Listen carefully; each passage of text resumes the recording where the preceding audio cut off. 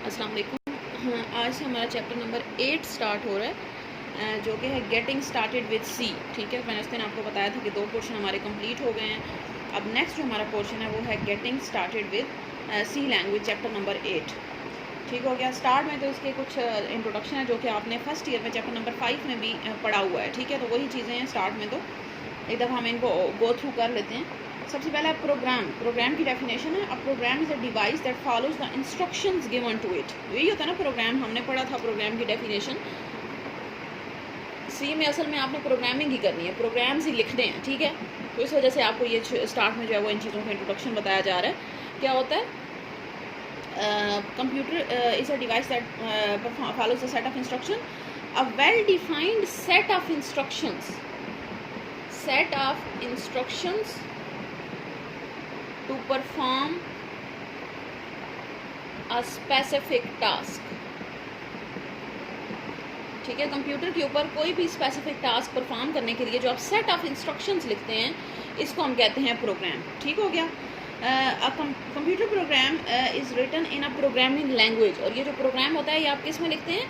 Set of instructions जो होती हैं ये आप किसी न किसी प्रोग्रामिंग लैंग्वेज में लिखते हैं, और जो पर्सन इसको लिखता है उसको हम कहते हैं programmer.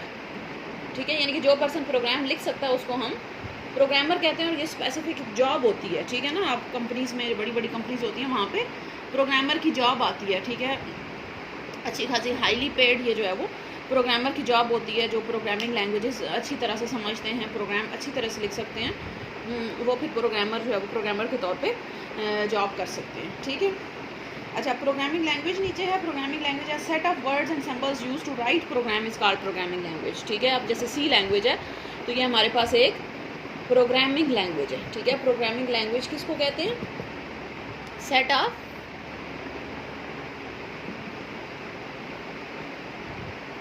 Set of words and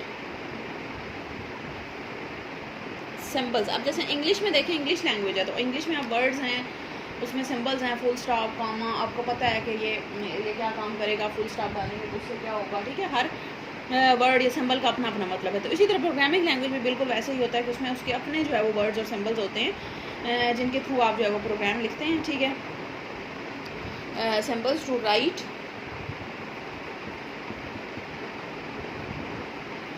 programme. ठीक हो गया, क्योंकि हम उसको हम कहेंगे प्रोग्रामिंग लैंग्वेज। अब आगे है types of programming language. Types हमारे पास जो है वो, ये भी शायद हमने, मेरे ख्याल से ये टॉपिक किया हुआ है फर्स्ट ईयर में। टाइप्स ऑफ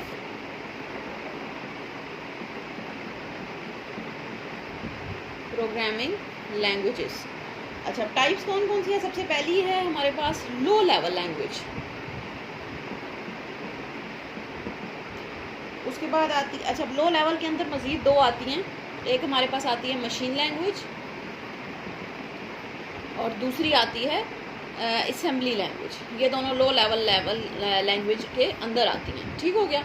अच्छा, अब ये जो लो लेवल लैंग्वेज है ये हमारे पास ऐसी लैंग्वेजेस होती हैं जो कि हमारे पास नियर टू या क्लोज़र टू कंप्यूटर है या मशीन है। ऐसी लैंग्वेजेस जो कि हमारे पास क्लोज़र टू मशीन होती हैं। अब आपने पढ़ा हुआ है कि मशीन या जो कंप्यूटर होती है उसकी लैंग्वेज कौन सी है? Binary language. ठीक है, तो यानी कि ऐसी लैंग्वेज जो कि हमारे पास क्लोज़र टू कंप्यूटर है और फार फ्राम ह्यूमन है, यानी कि कंप्यूटर को आसानी से समझ आ जाती है लेकिन ह्यूमन को आसानी से समझ में नहीं आती, उसको हम कहते हैं ये हमारे पास लो लेवल लैंग्वेज है। और पहले जो लैंग्वेजेस होती थी, अभी तो लो लेवल लैंग्वेज कम यूज़ होती हैं, पहले जो लैंग्वेजेस यूज़ होती थी वो हमारे पास लो लेवल लैंग्वेजेस ही हुआ करती थी। ठीक है, अब इसके अंदर 2 आती हैं, एक मशीन है और एक असेंबली है। तो सबसे पहले जो बनी थी वो मशीन लैंग्वेज थी।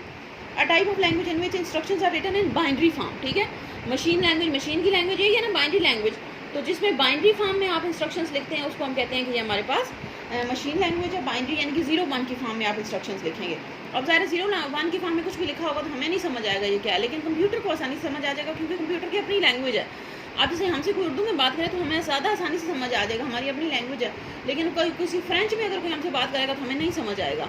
तो बिल्कुल ये वही केस है कि अगर मशीन लैंग्वेज में कोई चीज़ लिखी हुई है तो हमें नहीं समझ आएगी क्योंकि हमारी लैंग्वेज नहीं है वो।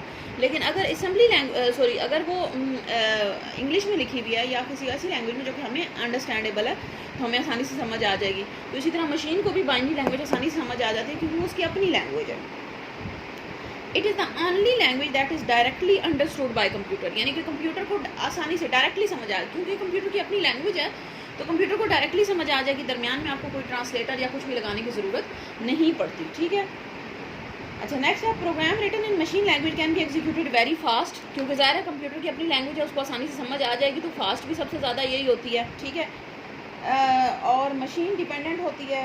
Every computer has its own machine language, यानी कि हर कंप्यूटर की जो मशीन लैंग्वेज है वो डिफरेंट होगी। Machine language is difficult to understand and the process of writing and modifying programming machine language takes a lot of time, क्योंकि लिखना तो ह्यूमन नहीं है ना, तो ज़ाहिर है जब तक ह्यूमन को समझ नहीं आएगा कि ये क्या कैसे लिखना है तो तब तक वो जो है वो नहीं लिख सकेगा और उसको समझने में उसको चलाने में बहुत ज़्यादा टाइम वेस्ट होता है, ठीक है। तो ऐसी लैंग्वेज हम कहते हैं कि हमारे पास है मशीन लैंग्वेज, ठीक हो गया। दूसरी है हमारे पास असेंबली लैंग्वेज। असेंबली लैंग्वेज में हमारे पास लो लेवल लैंग्वेज है, it is the one step higher than machine language. Assembly language जो है वो वन स्टेप हायर देन, ये भी होती लो लेवल ही है लेकिन मशीन लैंग्वेज से थोड़ी सी वन स्टेप हायर है।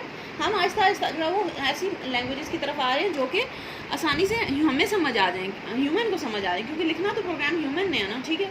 तो इस वजह से हम ह्यूमन अंडरस्टैंडेबल लैंग्वेजेस की तरफ मूव करना चाह रहे हैं, ठीक है। In assembly language machine instructions are replaced with English like words, ठीक है। हम जो इंस्ट्रक्शंस होती हैं बजाय इसके कि आप उनको बाइनरी में लिखें, इसमें हम यूज़ करते हैं इंग्लिश लाइक वर्ड्स, क्योंकि ज़ाहिर है इंग्लिश जो है वो यूनिवर्सल लैंग्वेज है तो वो सबको समझ आती है, तो हम उसको इंग्लिश लाइक वर्ड्स में ट्रांसलेट करते हैं और इन वर्ड्स को आप कहते हैं निमोनिक्स, ठीक है। ये जो वर्ड लिखा हुआ है ये एम से स्टार्ट होता है लेकिन इसमें एम जो है वो साइलेंट होता है, एम जो है इसमें साइलेंट होता है, निमोनिक्स बोलते हैं इसको, ठीक है ना। तो ये हमारे पास असेंबली लैंग्वेज होती है। अच्छा, अब असेंबली लैंग्वेज में जो प्रोग्राम लिखा जाएगा इसके लिए हमारे पास एक, क्योंकि ज़ाहिर अब ये भी मशीन की अपनी लैंग्वेज तो नहीं है तो इसको भी मशीन को अंडरस्टैंड करवाने के लिए आपको एक ट्रांसलेटर की ज़रूरत पड़ती है। ये हम आगे पढ़ेंगे या अपने पहले भी पढ़े हुए हैं, असम्बलर इसमें हम लगाते हैं ट्रांसलेटर, ताकि उसको मशीन लैंग्वेज में कन्वर्ट करें फिर मशीन इसको एग्जीक्यूट करती है, ठीक है। तो ये हमारे पास दो लो लेवल लैंग्वेजेस हैं, एक मशीन लैंग्वेज है जो कि बिल्कुल ही बाइनरी होती है, 0-1 की फॉर्म में होती है, और दूसरी हमारे पास, और ये फास्ट भी होती है और मशीन डिपेंडेंट भी होती है, हर मशीन की अपनी होती है। आपको इसको समझना, इसमें प्रोग्राम लिखना बहुत मुश्किल है ह्यूमन के लिए, ठीक है। सेकंड नंबर पे हमारे पास है असेंबली लैंग्वेज, ये वन स्टेप हायर होती है और इसमें इंग्लिश लाइक वर्ड, जैसे फॉर एग्जांपल बजाय इसके कि आप 0-1 0-0 के बजाय सब्ट्रैक्शन है तो सब लिखते हैं, ठीक है। सम अगर मल्टीप्लाई करते हैं तो MUL लिखते हैं, ठीक है। तो अब ये थोड़ा थोड़ा जो हमें समझ आ रहा है कि SUB लिखा हुआ तो शायद सब्ट्रैक्शन ही होगा, MUL लिखा हुआ तो मल्टीप्लिकेशन होगा, ठीक है। ऐड करना है तो ADD ऐड, ठीक है। तो ये जो है वो स्पेसिफाई कर दिए वर्ड, बजाय इसके कि आप 0-1 अंडरस्टैंड करते रहें उसकी जगह पे आप इंग्लिश लाइक वर्ड जो है वो यूज़ कर लें ताकि आपको थोड़ी सी जो है वो आसानी हो जाए, ठीक हो गया। तो ये हो गई हमारे पास असेंबली लैंग्वेज। नेक्स्ट है हमारे पास हाई लेवल लैंग्वेजेस, ये तो दोनों हो गई लो लेवल लैंग्वेजेस। अब सेकंड जो है वो हमारे पास लैंग्वेज है, लैंग्वेज की जो टाइप है वो है हाई लेवल लैंग्वेजेस। अच्छा जी, हाई लेवल लैंग्वेजेस क्या होती हैं? A type of language that is closer to human language is called high level language, यानी कि ऐसी लैंग्वेज जो कि ह्यूमन के ज़्यादा क्लोजर है उसको हम कहते हैं कि ये हमारे पास हाई लेवल लैंग्वेज है, क्लोजर टू ह्यूमन, ठीक है। यानी कि ऐसी लैंग्वेज जो कि ह्यूमन के ज़्यादा क्लोजर है उसको हम कहेंगे कि ये हाई लेवल लैंग्वेज है। The instruction in these languages are similar to English language such as input and print, इसमें जो इंस्ट्रक्शंस दी जाती हैं वो बिल्कुल जो है वो इंग्लिश के इंग्लिश लाइक वर्ड्स, इंग्लिश जैसे उसमें इंग्लिश लाइक वर्ड्स है तो इसमें कंप्लीट ही आप इंग्लिश, जैसे प्रिंट लिख दिया, ऐड करना तो पूरा एडिशन लिख दें, या सब्ट्रैक्ट करना पूरा सब्ट्रैक्ट लिख दें, तो वो आपकी अपनी मर्ज़ी है, ठीक हो गया। और ये वेरी इजी टू अंडरस्टैंड, क्योंकि ज़ाहिर है आपकी अपनी लैंग्वेज में लिखा हुआ है, इजी टू अंडरस्टैंड, ठीक है, हर कोई इसको समझ सकता है। और ये जो सी लैंग्वेज जो हम पढ़ेंगे वो भी हाई लेवल लैंग्वेज ही है, ठीक है। Every high level language defines set of rules for writing a programs, इसको हम सिंटैक्स कहते हैं, या हम आगे भी इसकी डेफिनेशन पढ़ेंगे। जैसे इंग्लिश में प्रोग्राम लिखने के रूल्स होते हैं तो वो इंग्लिश का सिंटैक्स होता है, तो इसी तरह इसमें भी हमारे लिखने के प्रोग्राम लिखने के जो रूल्स होते हैं उसको हम सिंटैक्स कहते हैं, ठीक है। सिंटैक्स किसको कहेंगे? Rules for writing programme.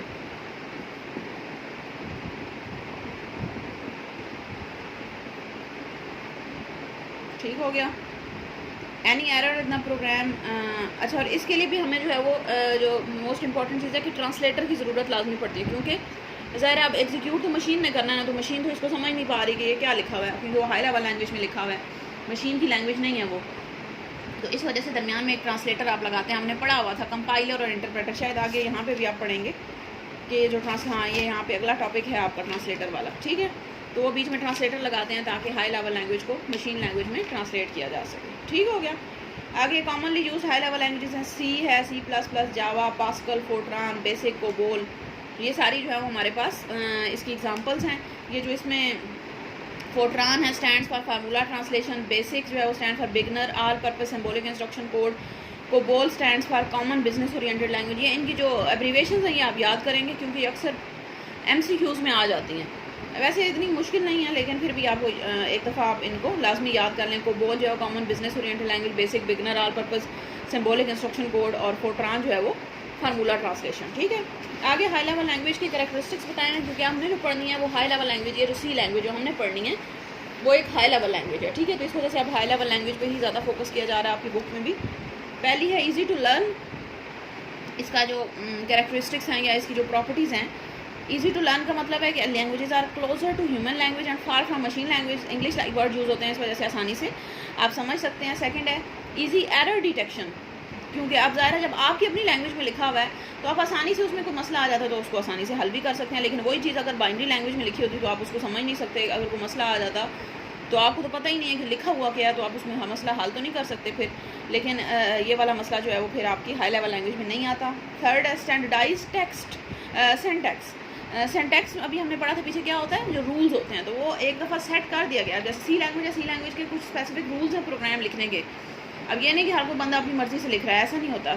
एक स्पेसिफिक सेट ऑफ रूल्स होते हैं प्रोग्राम लिखने के C लैंग्वेज में। इसी तरह हर लैंग्वेज के अपने सेट ऑफ रूल्स हैं।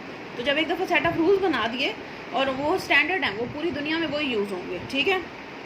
तो इस वजह से और ये रूल कौन बनाता है, ये हमने लास्ट फर्स्ट ईयर में भी आपने ये पढ़ा था, अमेरिकन नेशनल स्टैंडर्ड इंस्टीट्यूट। ये हमने नेटवर्किंग वाले चैप्टर में पढ़ा था कि जो है वो आपकी ये जो कंपनी है एक अमेरिकन नेशनल स्टैंडर्ड इंस्टीट्यूट, वो ये सेट ऑफ रूल्स बनाती है। ठीक है। तो वो सब के लिए सेम होते हैं, तो इस वजह से ये भी एक सहूलत है कि आप कहीं भी जाएंगे कि किसी को भी देंगे अपना प्रोग्राम किसी दूसरे मुल्क में कहीं पे भी, तो वो सेम ही होगा सबके लिए। ठीक है।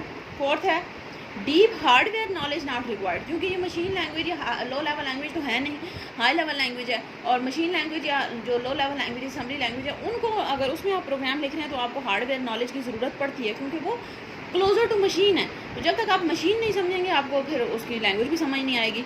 लेकिन जो हाई लेवल लैंग्वेज ये तो क्लोजर टू ह्यूमन है, तो इसमें हार्डवेयर की अंडरस्टैंडिंग की कोई ज़रूरत नहीं होती। यानी कि आपको जस्ट जो है वो प्रोग्रामिंग लैंग्वेज का सिंटैक्स आना चाहिए तो आप प्रोग्राम लिख सकते हैं। ठीक हो गया। नंबर 5 है मशीन इंडिपेंडेंस। हमने पीछे पढ़ा था मशीन लैंग्वेज में कि वो हमारे पास मशीन डिपेंडेंट होती है, तो ये वाली जो है वो हमारे पास मशीन इंडिपेंडेंट होती है। इसका मशीन से कोई ताल्लुक नहीं है, क्योंकि हमने पढ़ा हुआ है कि ये हमारे पास मशीन के क्लोजर नहीं है, ह्यूमन के क्लोजर है। ठीक हो गया। It mean this program written in high level language can be executed on different type of computer. ठीक हो गया। More programmers. अब जैसे लो लेवल लैंग्वेज बहुत मुश्किल थी तो उसमें ज़ाहिर फिर प्रोग्रामर भी बहुत कम थे, वही लोग प्रोग्रामर बन सकते थे जिनको वो समझ आ जाती थी, बहुत ही कम लोग होते थे। आपने देखा था पहले कंप्यूटर भी इसी वजह से बहुत कम यूज़ होते थे। लेकिन अब चूँकि आहिस्ता आहिस्ता कंप्यूटर या लैंग्वेजेस जो है वो क्लोजर टू ह्यूमन होती जा रही हैं, तो इस वजह से इसमें प्रोग्रामर्स भी ज़्यादा होते जा रहे हैं। ठीक है। तो वो ज़्यादा अब सहूलत हो गई है। ठीक है। और नंबर 7 है shorter programs. Program written in high level languages are shorter than low level language. One instruction of high level language equivalent to many instruction in low level. क्योंकि लो लेवल लैंग्वेज हमें समझ नहीं आती थी तो उसमें कोई चीज़ लिखने के लिए बहुत ज़्यादा लाइनें लिखी जाती थी। क्योंकि जब आपने देखा पेपर में आप लोग भी ऐसे ही करते हैं, जो चीज़ ना आती हो फिर उसमें आप पूरे पूरे पैराग्राफ लिख देंगे, और जो चीज़ आती होगी वो आप एक ही लाइन में एक्सप्लेन कर देते हैं। ठीक है। यही होता है। तो यहाँ पे भी वही केस था। लो लेवल लैंग्वेज में बहुत ज़्यादा आप लाइनें लिख देते थे, और क्योंकि आपको पता नहीं होता था। लेकिन हाई लेवल लैंग्वेज चूँकि आपको पता है कि क्या काम करना है, कैसे करना है, वो एक बना हुआ है, तो आप उस रूल के अंडर रह के ही एक एक लाइन में वो सारा काम कंप्लीट कर देते हैं। तो शॉर्टर वजह से आपको प्रोग्राम भी छोटा होता है। ठीक हो गया। तो ये हमारे पास हाई लेवल लैंग्वेजेस के कुछ एडवांटेजेस हैं। आगे इनके बीच में डिफरेंस बताया हुआ लो लेवल लैंग्वेज और हाई लेवल लैंग्वेज का, ये आप लोग पढ़ लीजिएगा, कोई इतना खास नहीं है। हाई लेवल लैंग्वेजेस जो है वो ईजी हैं, लो लेवल लैंग्वेज डिफ़िकल्ट हैं। वही जो पूरी पिछली बातें हम पीछे से करते आ रहे हैं वही बातें हैं सारी। ठीक है। High level language near to human है, जो लो लेवल लैंग्वेज है वो फार फ्राम ह्यूमन है। High level languages are slow in execution and low level language fast होती हैं क्योंकि वो मशीन के क्लोजर हैं। Program in high level languages are easy to modify, लेकिन लो लेवल लैंग्वेज में आप आसानी से मॉडिफाई नहीं कर सकते। High level language do not provide much facility eight hardware level, लेकिन लो लेवल लैंग्वेज जो कि हार्डवेयर के क्लोजर है इस वजह से वहाँ पे ज़्यादा फैसिलिटी होती है। इसमें हाई लेवल लैंग्वेज में deep hardware knowledge is not required, लेकिन लो लेवल लैंग्वेज में हार्डवेयर नॉलेज आपको रिक्वायर्ड होता है। Number 7, these languages are normally use to write application software, और जो लो लेवल लैंग्वेजेस होते हैं normally use to write system software. ये एक चीज़ इंपॉर्टेंट जो हमने पीछे नहीं पढ़ी कि अगर आपने एप्लीकेशन सॉफ्टवेयर लिखना है, क्योंकि वो तो बहुत छोटे छोटे होते हैं, तो उनको आप हाई लेवल लैंग्वेज में लिखते प्रोग्रामर जो है वो लिखते हैं।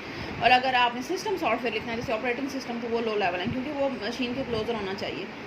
और उसके बाद है there are many programmers of high level language, और जो लो लेवल लैंग्वेज के प्रोग्रामर आपको बहुत कम मिलेंगे। ठीक है, तो ये हमारा जो है वो छोटा सा टॉपिक था हाई लेवल लैंग्वेज और लो लेवल लैंग्वेज के बीच में डिफरेंस। नेक्स्ट चलें फिर हम कल करेंगे सोर्स कोड और ऑब्जेक्ट कोड वाला। ठीक है, थैंक यू।